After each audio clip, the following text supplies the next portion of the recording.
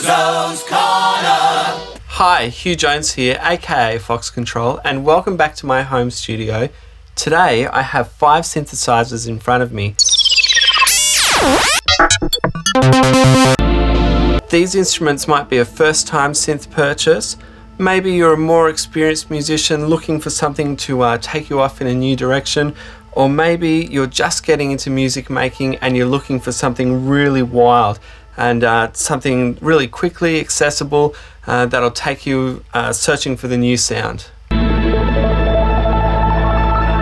The instruments I've chosen to show you I use personally myself, whether it's on stage or in the studio, and I find that once you get them into your workflow, they'll become real mainstays and real essential parts of your kit.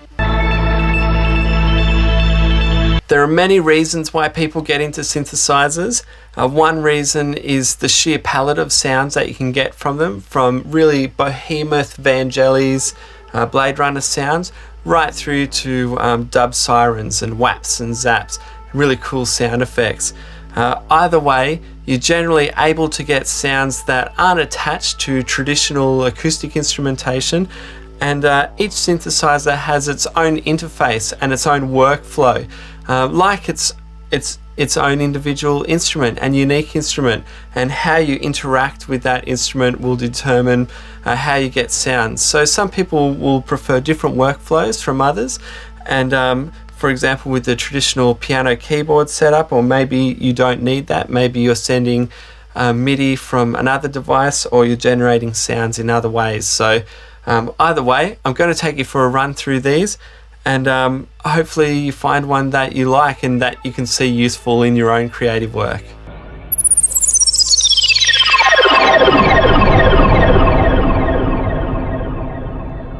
First off, let's start with this little Korg NT1. This is the smallest synth on the table today, but it is super powerful. It comes in a little kit that you can assemble yourself. The kit takes about 10 minutes to assemble and comes with the tiny little screwdrivers that you need to put it together. You don't need to be an electrician to do it. It's really simple. It's literally like putting one piece on top of the other and then screwing it together, and voila, you're done. So it's probably even simpler than a piece of IKEA furniture. It's a great sounding synth. It's a really incredible sounding synth engine actually, and it has a few different oscillators in it. What's really incredible about this is the effects that are built onto this unit, and the fact that you can run audio in and out of this unit and process the audio with the effects in the unit. So I find the delays really incredible. The tape delay in particular on this unit is awesome, and it's got some beautiful and absolutely huge reverbs that you may have heard on that performance I just did, built into this unit as well. It's got an arpeggiator that you can latch as well. It's super powerful. It has a few sub menus. A really incredible piece of kit. It's bus powered as well, so you can power it from a USB. If you've got a little USB battery pack, you know, this might be the sort of thing that you can take traveling with you and sitting on a plane or a bus or in a terminal or something, and just start sound designing, and heaps of fun. I like to use it for zaps and whaps when I'm performing, but also for processing sound as well. It's a really cool unit. It's got MIDI in on it also.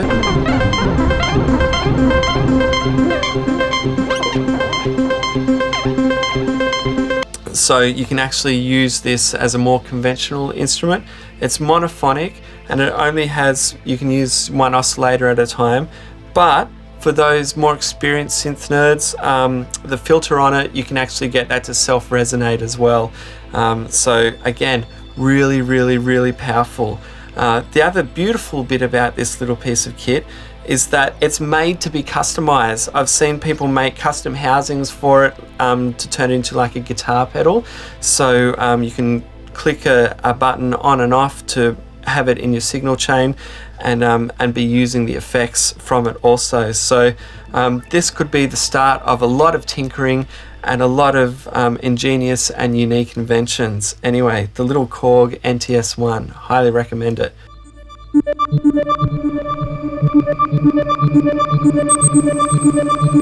Also a great present for a music maker. Keeping on the theme of self-assembly kits, this is the Moog Workstat 01, and again, this is like a 5-minute assembly. It comes in 3 or 4 pieces that you just put together, screw together, voila, you're done. Don't need to be an electrician or an engineer to do that. It just works. But it's awesome to be a part of that process and see this machine in its final form.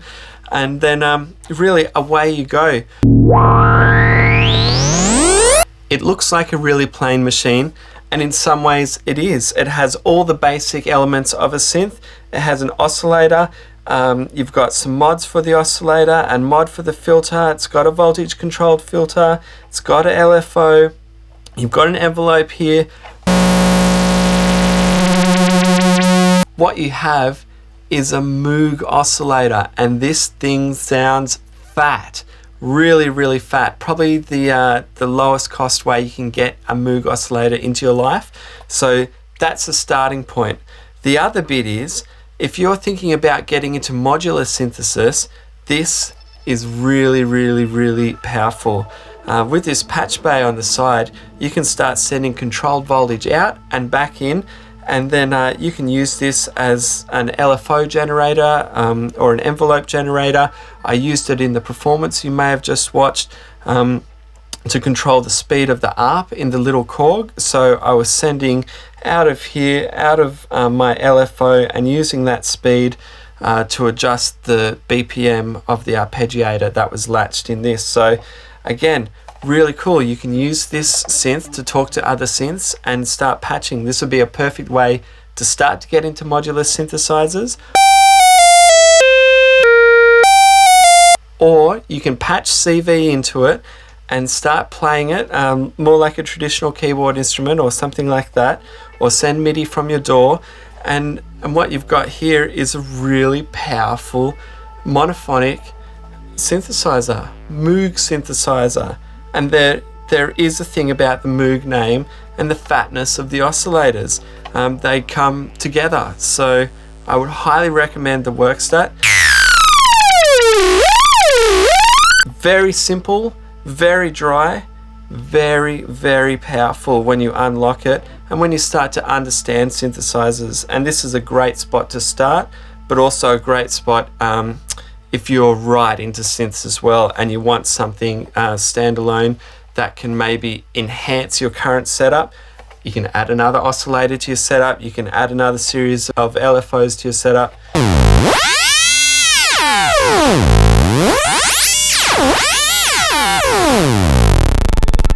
Perfect way to get some Moog into your life. Next on my list is the Arturia Microfreak. This thing is absolutely incredible. Again, I absolutely love this machine. It does have what looks like a traditional keyboard layout, so you can get your pitching for notes, for playing melodies and chords, etc. It is polyphonic, but what it is here, it's like an open PCB board that you can rest your fingers on, and the amount of skin that is touching the surface sometimes could determine how much an envelope, a filter is open, or you can move up and down the surface to maybe adjust a flange or something like that. Really, really powerful, really, really cool.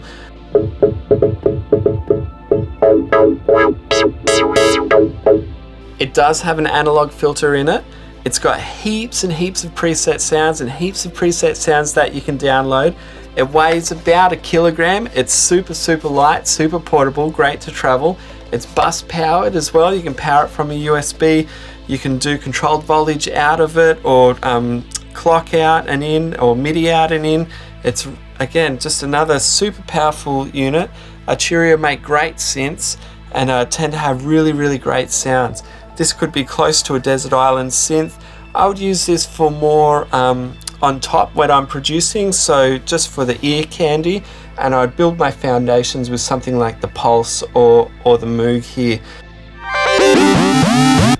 Something that has some real substance and body to it. But when it comes to some absolute amazing ear candy, lush pads, fiery leads, pretty good bass sounds, drum sounds, percussive sounds, For versatility, it's hard to go past this for everything in one box. Really incredible. The Arturia Microfreak. Check it out.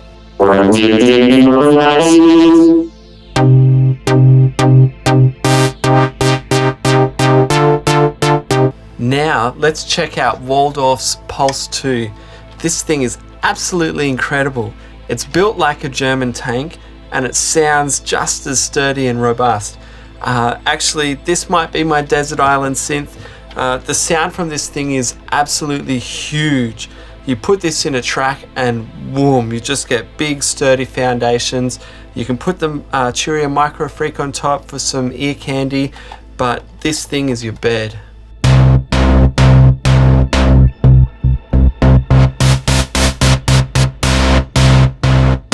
It doesn't have a keyboard attached, so what? It sounds amazing. The plastic keyboard that was probably going to get chucked on it probably didn't feel right anyway. You might have a weighted keyboard in your studio that feels great. It has a 5-pin MIDI connection or a USB MIDI connection, so you could get MIDI data into it that way. The sound sculpting is really fast with this matrix here. You've got 3 oscillators. For example, if you go to the filter here, the voltage controlled filter, you click here, this first dial becomes the cutoff, resonance, blam. It's all laid out there, super quick to use. Might be great for a first time synth.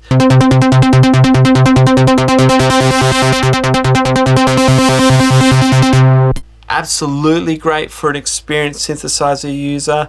The sound design is super fast. But again, it's powerful. The sound that this thing produces, I just think it's incredible. I can't say that enough. I've said it several times already. The Waldorf Pulse 2 for under $1,000. This is a really, really great first synth purchase. It's something that you'll buy once and then hopefully your kids or grandchildren will find it in your estate one day.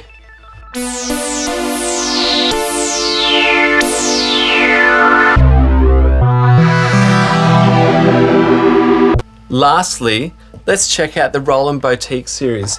In my hand, I've got the Juno, but you can also get other units like this. This is the digital synth, the D05. Absolutely great for that daytime movie soundtrack vibe. I love this synthesizer, great bells. But the Juno, for example, if you want to sound like Van Halen or you put this on a track, it's going to be recognizable. It really, really is a sound that people are familiar with, but there's heaps of other units. The keyboard doesn't come with it. It's just this top unit here, as you can see, the actual synthesizer, the sound generator. Awesome, because you could just use that, takes up no real estate in your studio or on your live setup. You could have several of them patched together to the one MIDI controller and away you go. All the controls are on the surface here on the Juno, for example, so a really exciting way to just start messing around and going on a tone hunt. Heaps of patches you can store on the unit, as well as sequences as well. So again, really great, fun synthesizer. And a classic synthesizer. This is a legacy instrument in a small package. Again, it's bus powered. The thing about bus powering is I wouldn't necessarily power it off my computer USB because I do find you tend to get a bit of cycle hum that way. So if you can plug it into your wall, I'm using a mini USB here into like, you know, your phone charger dock, and away you go. It's got the 5-pin MIDI in and out, and it's also got just a headphone amplifier, a regular output, and a mix in, so you can run audio into it and process it through the filters. There's lots of units in this series, even drum machines as well, like the 808 and the 909, so do some research and you might find something interesting there. And again, this is a legacy instrument. This is an absolute classic instrument. These Roland instruments like the 808, 909, Juno, Jupiter, the TB, the 303, the bass machine. Check them out, and they've got really distinct sounds. So maybe that's the sound you want in your live rig or in your studio setup, or to start going in a new direction. So again, thanks for checking out these synths with me. And synths are a really diverse instrument. It's not like one synth will cure everything. One synth is generally just the start of the treatment. And they all serve different purposes, and they all have different functions and can open up in different ways. But the other thing about synths are, generally they're like instruments as well, and the more time you put into them and the more you get to know them, the more you're going to get out of your synthesizer. And I hope you start to find sounds, searching for the new sounds, and get some really powerful sounds that really get people excited when they hear your music. And I hope they become valuable parts of your music making. And you can check out more information on synthesizers on the Muso's Corner website. That's www.musoscorner.com.au. And thanks for visiting. I'll catch you later. Happy music making. Muso's Corner.